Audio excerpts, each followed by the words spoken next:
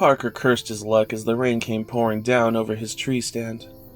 If he had any illusions that he hadn't wasted his day before, God had well and truly gone out of his way to tell him to pack it in. The job sounded so simple back at the office. Calls about Bigfoot sightings had gone up dramatically over the past week. All local calls, too.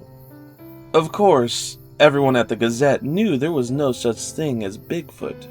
But if some hairy giant of a man was wandering the woods, that was worth covering. Parker took the job, sick of taking the same old pictures of festivals and fairs, of puff pieces showing off moderately impressive catches from the lake, and shoddily crafted taxidermy that made his skin crawl. Bigfoot wasn't real, but it was a story, and that was enough for him. The trouble was, there wasn't anything out there. All day from dawn to well past dusk, an entire day wasted.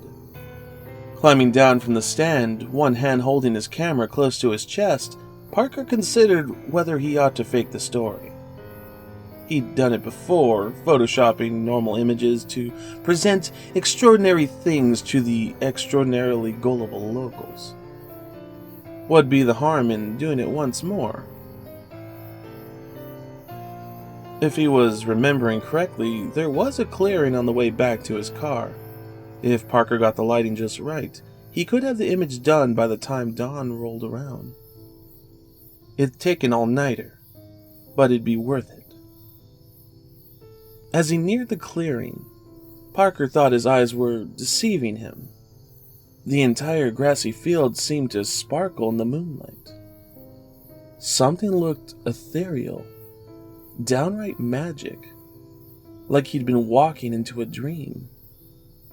Screw Bigfoot, he considered, taking out his camera.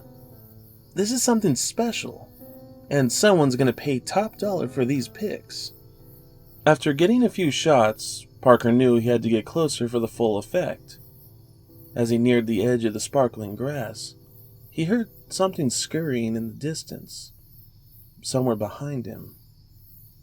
Turning around, he didn't see anything, but he stepped backwards without noticing it. Looking down, he realized he had stepped into the sparkling grass.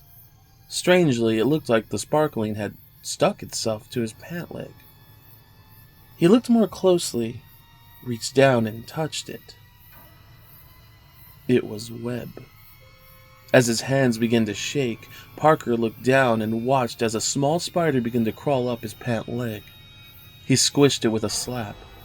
Turning his hand around, Parker counted more than 8 legs curled up against the spider's body. He heard scurrying again.